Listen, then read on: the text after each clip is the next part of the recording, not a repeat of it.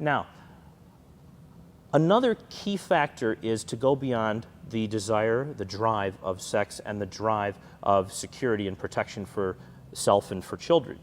Another one is the appeal to the many, okay?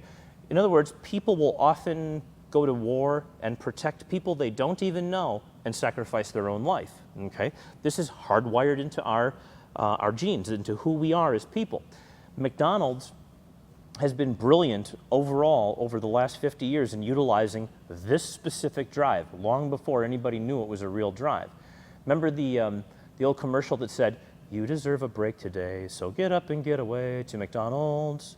Okay, and then what was happening? The guy and the gal and the 4 kids and the dog in the car and the station wagon were driving off, and they would go to McDonald's, and they'd get out and everybody go in. You deserve, let's analyze that for a second. You, as I look at you, deserve a break today. You deserve a break. So get up and get away, go to McDonald's. That's the solution.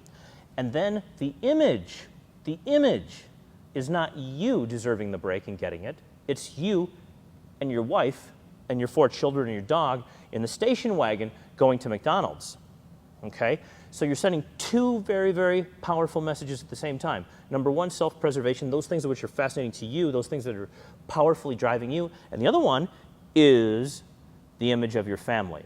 And that's very powerful appeal, okay? So if you can send 2 messages at the same time in your communication with people, you're going to win big time, okay? Now, almost all people are wired to act in the best interests of themselves, their family, the group, society, God, and so on. People need to justify their decisions on how this benefits something larger than themselves. Like, how are you helping them do this is my question. In other words, if you're going to buy something today, like say that you're going to go and buy a car, okay? How is that benefiting the world, for example? Well, I had a conversation today over lunch, and we were talking about how if you buy a hybrid vehicle that you would be doing the right thing for the environment and people in general because you've got a half gasoline, half electric car, and you're actually improving the world. So even if you were like on the fence, it's like, oh, should I do something like that, or should I not do something like that? The very fact that it benefits the group, society, the larger country, the whole world, these are huge, huge drives that, once again, are literally written on your DNA that you are told to do. It doesn't say to go buy a specific kind of car. It says to do things that will protect the group and keep the group going, okay? So, sell to the group, okay, in the person's mind. No psychological defenses in groupthink. So while we're here, let's talk about that for a second. So let's just say that we were now talking about you as an individual, and we bought that car based upon, based upon the value that the person was going to feel inside because of what it did for society, for example, okay? Now we'll pause there. Let's talk about the group now. Let's imagine that you have to go sell a group of people, a board meeting, an audience of 500 or 50 or 5, okay? Or a husband and wife. Here's the simple rule.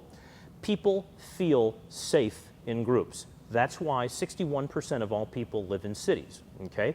Now, stop right there for just a moment.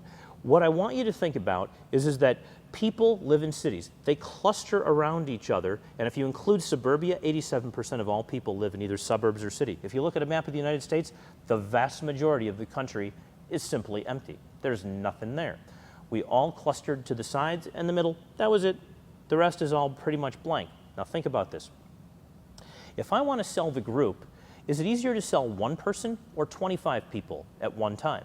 Well, the simple fact of the matter is, if I could be selling the entire city of New York or the entire country on television, I'm going to get way better results than I am one-on-one. Why?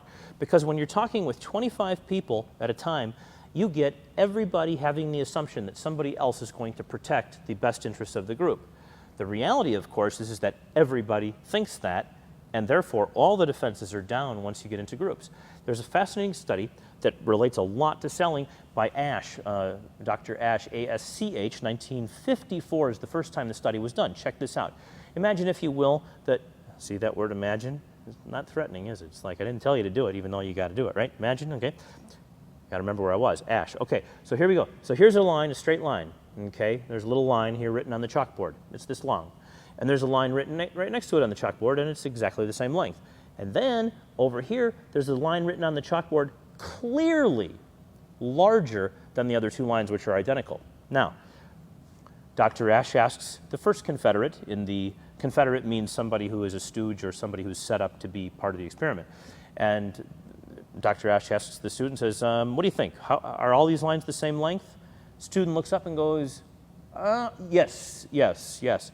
Student number 2, also a Confederate. What do you think, student number 2? Yep, absolutely, no doubt. Student number 3, unquestionable, yep. Student number 4, I don't, yeah, they are, yep, they are, yeah. Now Now comes you and me, okay? And we're sitting here, we're number 5 and 6.